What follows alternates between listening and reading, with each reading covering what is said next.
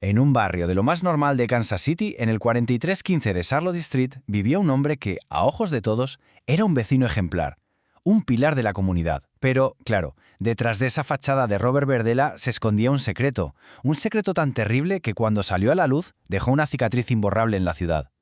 Hoy vamos a repasar la cronología que destapó a uno de los asesinos en serie más sádicos de la historia. Y es que la historia de cómo cayó este monstruo no empieza, como podríais pensar, con una larga y meticulosa investigación policial. No. Empieza con un acto de pura desesperación casi increíble, una huida milagrosa que lo cambió absolutamente todo.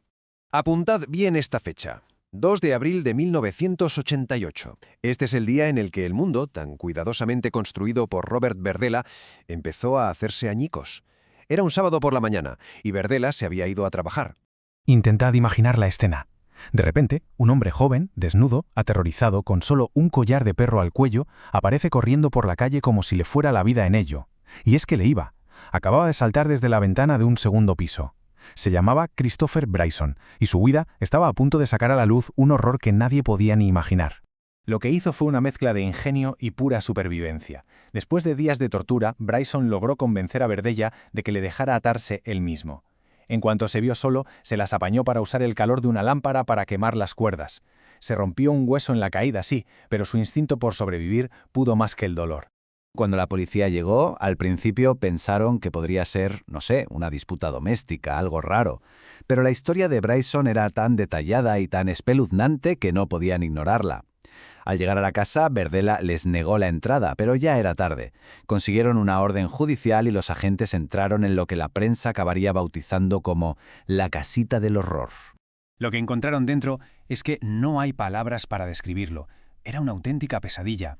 Cientos de fotos Polaroid que documentaban paso a paso la tortura de varios hombres. Diarios meticulosos donde Verdela apuntaba cada acto sádico. Y luego, los restos humanos.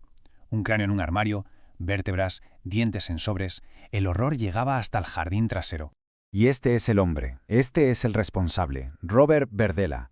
Fue arrestado de inmediato, claro, pero lo más irónico de todo es que los cargos iniciales, agresión y sodomía contra Bryson, eran casi insignificantes en comparación con la verdadera dimensión de sus crímenes que estaba a punto de descubrirse. Y esto nos lleva a la pregunta clave. Pero bueno, ¿quién era realmente este tipo? La prensa le puso dos apodos que, la verdad, capturan perfectamente esa dualidad aterradora que tenía: el coleccionista y el carnicero de Kansas City. Es que el contraste entre su vida pública y la privada es absolutamente escalofriante. De cara a la galería, Verdella era un tipo querido en el barrio, tenía una tienda de curiosidades, era un cocinero excelente que invitaba a sus vecinos, e incluso era el líder del comité de vigilancia vecinal. Pero de puertas para adentro, era un depredador que había convertido su propia casa en una cámara de torturas. Y claro, te preguntas, ¿de dónde saca alguien estas ideas? Pues él mismo lo confesó. Se obsesionó con una película de 1965, El coleccionista. Según sus propias palabras, esa película fue la base de sus fantasías. O sea, la ficción se convirtió, literalmente, en su macabra hoja de ruta. Con Verdella ya detenido y las pruebas amontonándose, la investigación se centró en algo crucial: identificar a las víctimas y reconstruir la cronología de su reinado de terror. Un terror que había durado años sin que nadie, absolutamente nadie, sospechara nada. Su confesión destapó un rastro de muerte que se extendía desde 1984 hasta 1987. Admitió haber asesinado a 6 hombres. Sus víctimas solían ser chicos jóvenes, a menudo vulnerables, a los que atraía a su casa prometiéndoles ayuda, drogas o dinero. Una vez dentro, la puerta se cerraba para siempre y la pesadilla comenzaba. La frialdad con la que se deshacía de los cuerpos es que es inconcebible. Después de asesinarlos, los desmembraba en el sótano. Metía los restos en bolsas de basura normales y corrientes y las sacaba a la calle para la recogida semanal, como cualquier otro vecino. Llegó a confesar que se quedaba mirando cómo los basureros se llevaban los restos con cierta ironía. Brutal. Acorralado por pruebas que no podía negar, como el cráneo de una de sus víctimas en el armario, Verdella estaba contra las cuerdas. Se enfrentaba a la pena de muerte. Y para salvar su propia vida, ¿qué hizo? Pues pactar. Aceptó un acuerdo con la fiscalía. A cambio de evitar la pena capital, ofrecería una confesión completa, con todo lujo de detalles gráficos de cada uno de sus crímenes. El resultado fue uno de los testimonios más espeluznantes que ha dado nunca un asesino en serie.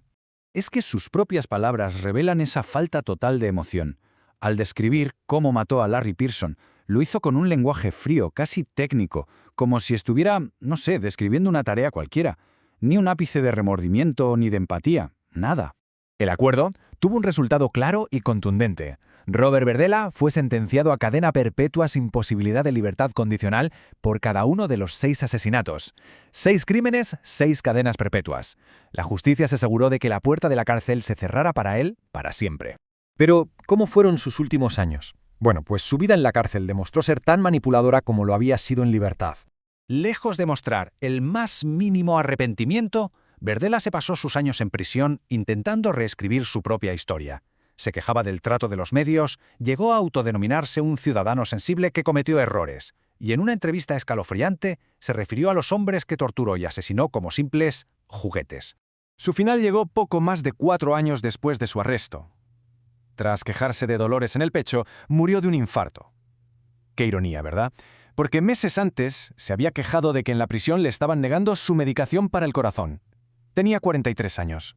Y todo esto nos deja con una pregunta que la verdad inquieta bastante.